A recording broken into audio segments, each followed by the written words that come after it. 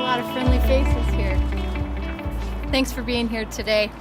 At the beginning of this year, one of the most important goals of my 2021 plan was to have tiny homes in place by this upcoming winter. And today I'm excited to tell you that we're taking a huge step forward in announcing Salt Lake City's partnership with the Other Side Academy to create the Other Side Village, a tiny home community pilot project. Having an operator and a manager on board as a partner was one of the biggest hurdles we had to overcome to get this moving forward and meet this goal. The Other Side Academy is a partner that is so devoted to the success and the empowerment of its current students, many of whom are standing with us today. They have a proven track record that we know here in Salt Lake City of successfully managing a peer-based community while being a positive neighbor to the community they live and work in, as well as the rest of Salt Lake City. And I know that their devotion and their passion for success will translate into the Other Side Village work we're doing together. We've really moved at light speed here. Given the scope, I think, and the urgency of the challenge, we've had to do that. It's gone from concept to execution in less than a year. And I think that's a testament to the commitment of this capital city and to our partners to confront the reality and the complexity of the issues we face surrounding homelessness. We have needed to think creatively to get outside of the box and to get more people sheltered. And the tiny home community is one way that we can better serve our residents who are unhoused. The ambition of our creativity should match the enormity and the complexity of challenges facing our residents who are unhoused in Salt Lake City. There's no silver bullet, there's no one-size-fits-all solution for homelessness. But this bold and new and first in our state model could create an important addition to the suite of services that we currently have to offer those experiencing homelessness. Tiny homes can complement our current efforts in the spectrum of homeless services and housing and could have, I believe, an important and a long-lasting impact supporting those who are chronically homeless in Salt Lake City today, in particular for those whom resource centers have not been a solution. I want to thank everyone who's been a part of making this work come to the point that we're at today. We couldn't be here without the diligence of our stakeholders who have shown up to conversation after conversation over the last several months, helping us come to this point. And of course, to our partners at the Other Side Academy. Now really our work begins in earnest to make this happen. We are invested in this community. We hope that it will be able to expand beyond the pilot, but also that it will inspire and motivate other parts of the state of Utah to build similar tiny home communities. We need this kind of housing throughout the state of Utah. I'm going to turn some time over to Joseph Grenny with the Other Side Academy, and then we'll be happy to open it up for questions afterward.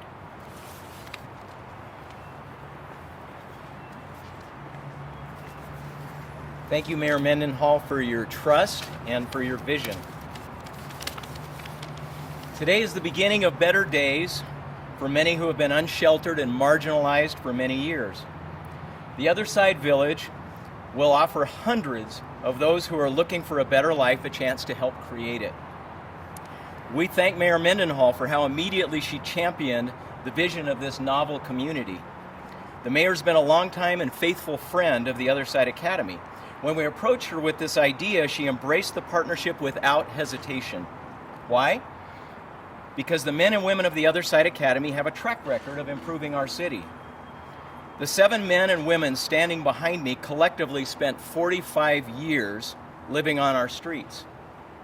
5 years ago, they and 100 of their brothers and sisters moved into a historic home in downtown Salt Lake City. The average student at the Other Side Academy has been arrested over 25 times. All have long histories of addiction and crime, and most of extended homelessness. You'd think having 100 people with such profound challenges move into a historic downtown neighborhood would be a recipe for disaster, but it wasn't. Since we began, our neighborhood has become more beautiful. The crime rate has dropped, and neighbors are regular beneficiaries of our student service. Rather than costing the state over $50 million for incarceration and many other kinds of services, our students are entirely self-reliant. Over the past 5 years, they've produced over $14 million in income, running some of the most admired businesses of the state.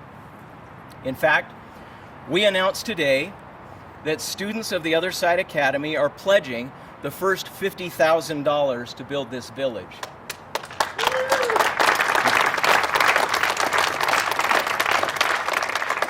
Now, let me be clear, we're not suggesting that all of those who are currently unsheltered have similar stories to our students. Not at all. Everyone's story is unique. The reason we think we have a role to play in this is because we know some things about building a strong, inclusive, loving, and virtuous community. The Other Side Village will be one of Utah's gems. It will ultimately provide a dignified, safe, and prosperous life for 400 to 500 men and women. It will be self-reliant. Our village will be the pride of all those who are welcomed to it. It will be a gathering place, not just for those who are currently unsheltered. It will be a vibrant and frequented venue for people from all walks of life. We know that this kind of announcement can create apprehension for those who have images of tent cities and disorderly or even criminal behavior. To any with these concerns, we say, look at our history. In the past 5 years, we have had governors, senators, mayors, and business leaders from around the world spend hours and days with our students. All leave with one impression above the rest, that our students live at a higher level of morality, integrity, and selfless service than most any group in our state. We are more chaste and sober than a BYU dorm. We are more cooperative and respectful than a legislative session. And we are more productive than a hive of bees. These same values maintained by a peer community who comes seeking a better life is what will make the Other Side Village one of Utah's most admired contributions to the world. So we thank the City of Salt Lake for having the vision to support this vision. This idea has been met with an outpouring of support already.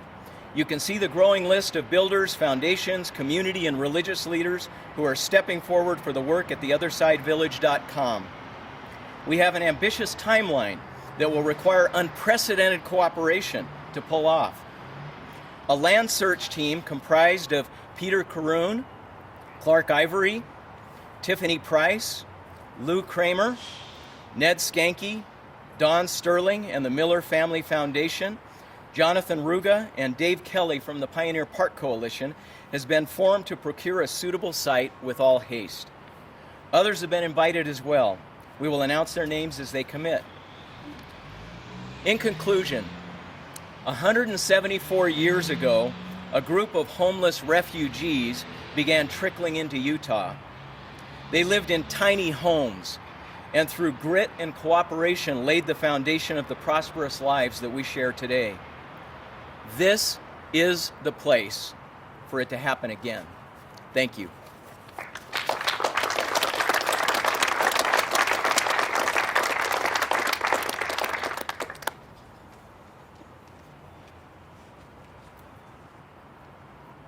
Really? No questions for us? These are some conceptual drawings. Jonathan. So, how did this whole idea come about? What originated this?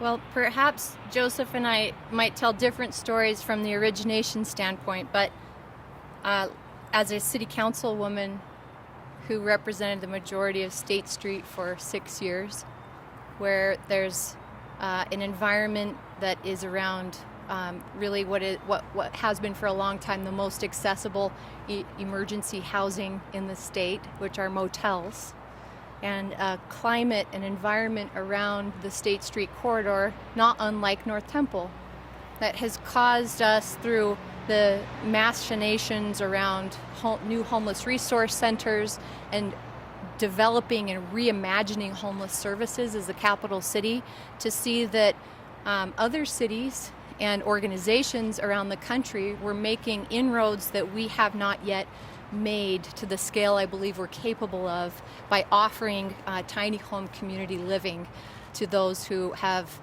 historically declined a shelter bed placement.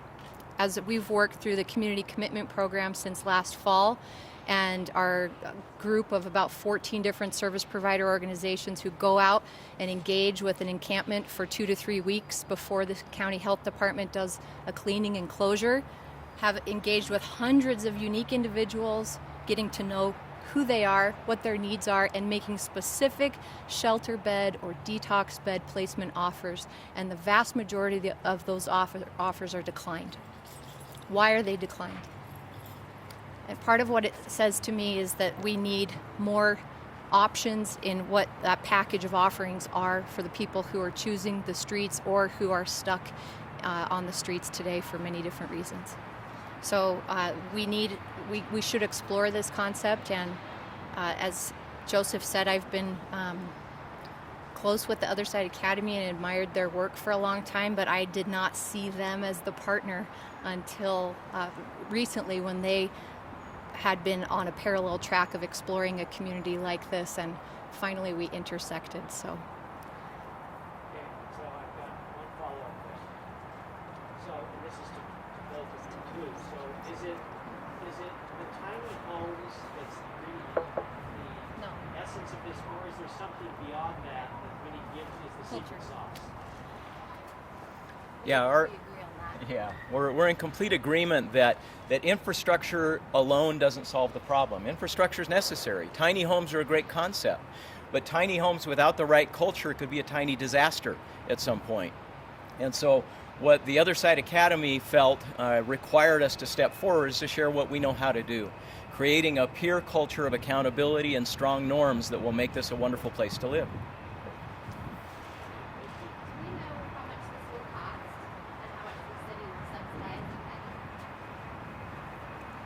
We don't know yet, and we haven't identified a site yet, which is part of the reason we don't know the costs. What is the adjacent infrastructure, public utilities, and those are questions we can't answer just yet. But we do believe that our American Rescue Plan dollars may be available, as we still await some guidance from the Treasury, as all cities are and states, about those dollars specifically. But Salt Lake City is in a partnership here through a letter of intent and an understanding that that recognizes that there's a lot of city paths that have to be navigated through, whether it's permitting and zoning, and again, because we don't know where the land is just yet, we don't know what those marks will have to be. But as we get closer to determining where the village will be in the city, we'll have a better sense of the costs. But I will say, and Joseph could say more, that there's been a tremendous amount of interest from the community at large, not only, I think, philanthropic interest, but the building community, the architectural community wanting to be a part of this, and we welcome those partnerships to help us put this together with those donated resources as much as possible. What are you looking for as far as land? What do you want it to look like? Yeah. Do you have any ideas if it's going to be city-owned land? There's nothing more permanent than a temporary use. I've learned that the hard way in city work, and our intention here is to offer permanent housing to people. That means that we can't do a pilot on a parking lot that we need to transition back to being a parking lot at some point. We do not want these homes, most of all the individuals, to ever have to move again. And we want to be able to scale and grow.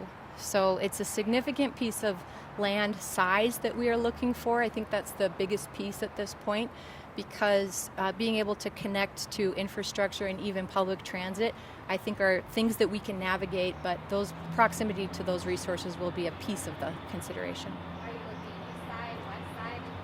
All over.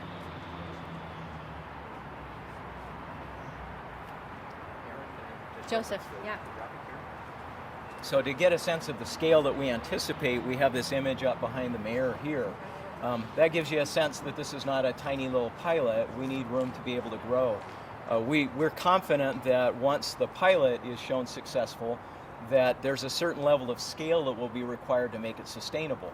We'll need a certain number of people that live in the village, a certain number of common services and social enterprises and so on. And so the plan is to create something that can actually live forever. Do you have a plan on more specifically how many units? I think you mentioned hundreds. 400 to 500. Okay.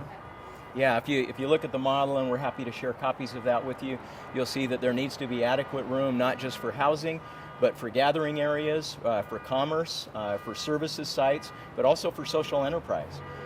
We expect to have a large venue where we can have community events happen here as well. The whole idea is to deal with one of the most significant contributors to homelessness, which is a catastrophic breakdown of family. It's a lack of social connection. And so this isn't just about finding a place to park people that don't have a place to live. It's about creating a new community. What's next? How fast do you want to stand this up, and how will the public be involved in choosing where this goes? So John F. Kennedy said, let's put a person on the moon by the end of a decade. We'd like to have people moving in under a year. The mayor has an even more aggressive timeline, and we want to try to meet that. And so this land search committee is standing up with the intention of finding something with all haste. And it's our intention to make that happen. Could you talk a little bit more about these units? Will they have bathrooms and kitchens? Will some of those be communal? That's a great question. So the design of the units is going to be a design that any of us would want to live in for the rest of our lives. We think it's unsatisfactory to create something and call it permanent housing when none of us would want to live there. It needs to be able to have its own cooking facilities, a place where you can have a friend come and visit, a place where you can sleep, a place where you can shower and bathe. And so all of the kinds of things that any of us would prize in a permanent home will be part of this as well. Mayor, what's your timeline on this? When do you want to see this open up? The beginning of this winter, and November seems like when that is. That's a gratuitous comparison there. But we know that we have a humanitarian crisis on our hands every winter. And in my first month as mayor in January of 2020, we got to work before we even walked in the doors, trying to create an emergency overflow shelter at the Sugar House DI site that the city owns. Thanks to the partnerships who were willing to step up from the county and the state and service providers, we were able to do that. We shouldn't have to keep doing this in post-haste every November and December because there wasn't something ready. We need this. It's not going to be the solution. It's not even going to be the overflow shelter solution. And I'm grateful to see Mr. Niederhauser is in the audience today. I know he has a lot of work cut out for him in putting together a winter overflow shelter. But we need this immediately, and I don't think there's anything wrong with setting an aggressive timeline to try to get it done and challenge ourselves and our community as a whole to step up. After a site is selected, will there be public input, or will there be multiple sites selected and input to decide what the final site will be? What does the process look like? You know, there's the size of sites that we're looking at, which are many acres, in order to be able to facilitate the growth of the community in the future. There's not a whole lot of sites that large in the city. And so I can't tell you just yet if there will be more than one opportunity even for us to acquire a site of this size. So I'm going to leave that up to the committee, the land use committee. Certainly the city's engaged. Blake Thomas, who runs community and neighborhoods for the city, is here, and he's been leading these small group work discussions. Land use and what those requirements are at the top of our list of concerns. So we will get back with you on what that parcel is, or if there's more than one for us to consider. There's another one? As far as zoning goes, we have some hurdles that we need to jump first, right? It depends on the type, the foundation essentially of the tiny homes and what kind of zoning they fall under. And so we've been exploring a couple of zoning types that may be shorter paths to making this happen than creating, for example, an entirely new type of zone, which we are not seeking to do. So yes, when we get closer to the specific sites, we'll have more clarity about what their current zoning is and what we'll have to do to get there. Could you talk about the funding? How will this be funded? Well, these nice folks have contributed $50,000, and we welcome any other donation that wants to come in from the community. The city could have land to contribute, but we also may not have the right land to contribute. We will be contributing our resources from our city staff going through this process and helping navigate the pathways we'll have to. As I mentioned, the American Rescue Plan dollars could be a source for the city to be able to utilize. It could also be a source for the state or other government entities in the state who are receiving these ARP dollars to contribute if they so desired. But in terms of ongoing operations, I'll let Joseph answer that. Yeah, so I'll repeat that our intention is that this is a self-reliant community. The Other Side Academy, within 9 months of operation, was able to achieve that status as well. In fact, is producing a surplus now, which allows it to be the first donor to creating this new village, which is kind of a remarkable achievement. We believe that human beings have far more potential than we typically see in one another. We believe that collective effort is capable of accomplishing enormous things, and we're highly confident that this community will be able to support itself on an ongoing basis.